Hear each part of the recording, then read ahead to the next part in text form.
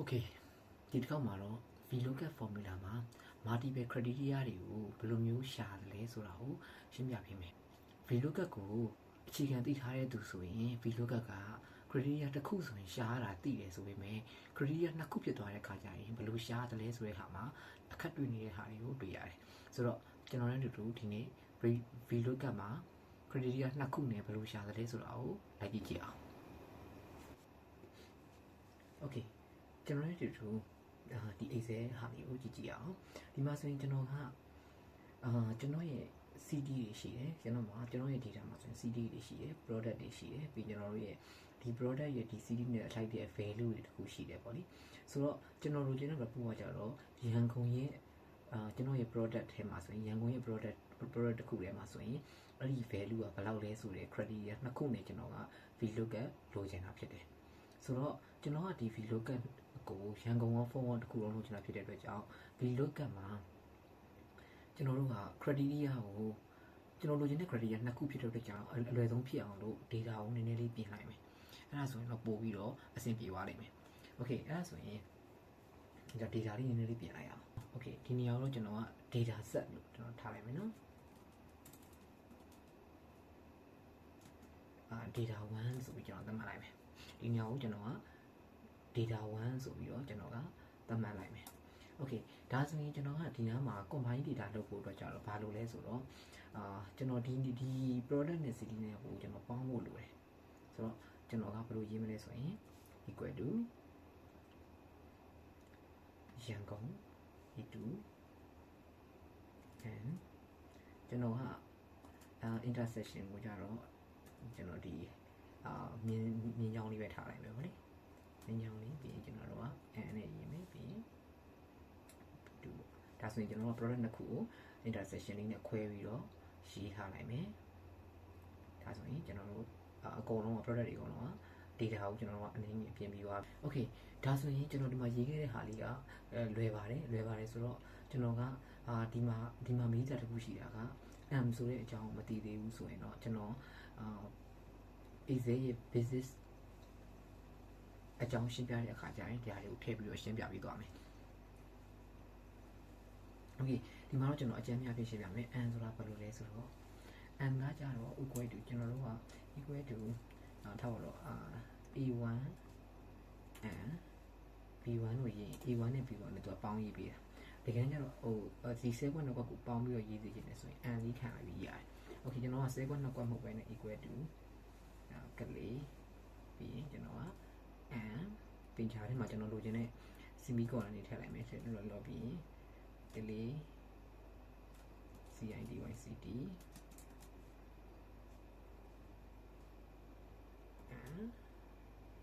laptop ဒါဆိုရင်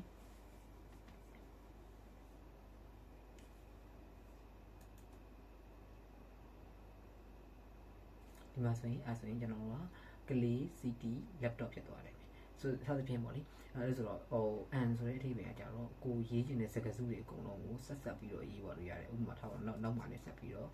ကိုရေးချင်တဲ့ဟာတွေကိုထပ်ပြီးတော့ရေးသွားလို့ရတယ်ပေါ့လေဒါက N ရဲ့ပုံစံပါဒါအကျဉ်းများအဖြစ် N ကြောင်းမသိသေးတဲ့လူတွေရှိမှာဆိုလို့ N ကြောင်းနည်းနည်းလေးရှင်းပြပေးတယ်အဲ့ဒါ Okay ဒါဆိုကျွန်တော်က N ကြောင်းကို N နဲ့ဒီမှာကျွန်တော်က intersection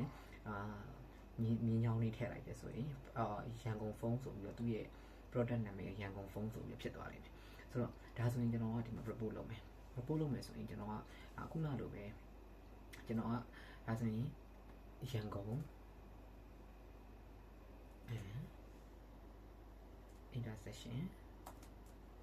intersection မှာကျွန်တော်ကဂျားထဲမှာဖြတ်ဖို့တော့ကိုကျွန်တော်မြင်းချောင်းလေးခုထည့်လိုက်မယ်ပြီးရင်ပြီးရင်I2 Okay ဒါဆိုရင်ဒါရပြီဒါအောင်မှကျွန်တော်ကအရှိကနေပြီးတော့ VLOOKUP ခံမယ်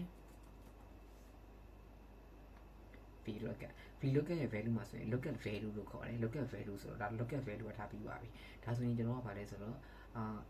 H3M intersection I2 ဖြစ်နေတဲ့ကြောင့်ရန်ကုန် select phone ဆိုပြီးကျွန်တော်တို့က lookup value ကရန်ကုန် select phone ဖြစ်သွားလိမ့်မယ်ဒါဆိုရင်ကျွန်တော်တို့အရင်တော့ VLOOKUP ကိုရိုး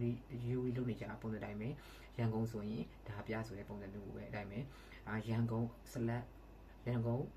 မြင်းချောင်းပြီးရင်ဖုန်းဆိုရင်ဘာပြဆိုရင်ပြီးပါပြီ okay ဒါကကောမှာကုတ်လိုက်မယ်ပြီးရင်ကျွန်တော်တို့ရဲ့ပုံမှန်တိုင်းပဲ table rate ဆိုတဲ့အတွက်ကြောင့်ကျွန်တော်က table rate ကိုယူလိုက်မယ်ပြီးရင်ကောမှာ index ကကြတော့ကျွန်တော် column number ဘယ်လောက်ကိုယူမှာလဲ sorry ဒီတစ်ခုပြင်မယ် index ကကျွန်တော်က column number 2ကိုယူမယ်ကောမှာ FALS first နဲ့ရေးလိုက်မယ် okay ဒါဆိုရင်ကျွန်တော်တို့ရဲ့အဖြေရပြီဒါဆိုရင်ကျွန်တော်ကဒီမှာဟိုရှိမှလေဒီမှာကျွန်တော် dollar sign လေးထည့်လိုက်မယ် dollar sign လေးထည့်မယ်ဆိုတော့ကျွန်တော်ကဒီအားကျတော့ column ကိုရန်ကုန်တို့ဘာလို့မှာကျွန်တော် column ကိုမရွေးစေချင်ဘူး row ကိုရွေးလို့ရတယ်ဆိုတော့ကျွန်တော်ဒီမှာဒီကောင် dollar sign ခတ်လိုက်မယ် I1 ကကြတော့ဒီလိုရွေးလို့ရတယ်ဆိုတော့ကျွန်တော်က row ကိုတော့ခတ်လိုက်မယ်ပြီးဒီကောင်ကြတော့ကျွန်တော်ကအကုန်လုံးအပြည့်ခတ်လိုက်မယ်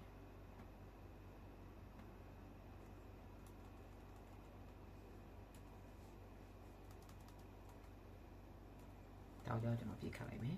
ဒါဆိုရင်ကျွန်တော်ရဲ့ report ဒါပြီးရင်ကျွန်တော်ကဒါကို format painting နဲ့ရှေ့နောက်အကုန်ဆွဲလိုက်လို့ရတယ် okay ဒါဆိုရင်ကျွန်တော်တို့လိုချင်တဲ့ရန်ကုန်ဖုန်းဆိုရင်1500ဆိုတဲ့ဟာကိုကျွန်တော်တို့ကဒီမှာတစ်ခါလေးလာပြီးတော့ report ခတ်သွားပြီဒီကျွန်တော်အခုပြတဲ့ဒီ dollar sign လေးတွေကကြတော့dollar sign လေးကိုခတ်ပြီးတော့ဆွဲလိုက်တာဖြစ်တဲ့အတွက်ကြောင့်နည်းနည်းစနပ်ပြီးသွားတယ်ဒီ dollar sign လေးတွေကြောင့်အသေးသေးသိနေတယ်ဆိုတော့ကျွန်တော်ရှေ့မှာ video တစ်ခုလုပ်ထားတယ်အဲ့ video မှာတော့ကြည့်လို့ရတယ်dollar sign တွေကဘယ်လောက် dollar sign တွေကိုကျွန်တော်အရေးကြီးတဲ့အကြောင်းကျွန်တော်ရှင်းပြထားတယ်ဒါက dollar sign ကဘယ်လောက်အရေးကြီးလဲဆိုရင်ကျွန်တော်10ခွက်တစ်ခွက်ချင်းဒီမှာလိုက်ရေးစရာမလိုဘူး10ခွက်ဒီအကုန်လုံးကျွန်တော် dollar sign ကိုခတ်တဲ့နေရာမှာခတ်ပြီးတော့ဆွဲချလိုက်တာ10ခွက်ဒီအကုန်လုံးကသူ့ရဲ့သက်ဆိုင်ရာ report တွေအကုန်လုံးအမှန်ကန်ထွက်သွားတယ်ဒါဆိုရင်ကျွန်တော် VlookUp နဲ့ multiple criteria ရှာတဲ့ဟာကိုနားလည်မယ်လို့ထင်တယ်ဆိုတော့ကျွန်တော်တို့နောက် video မှာထပ်ပြီးတော့တွေ့ကြမယ်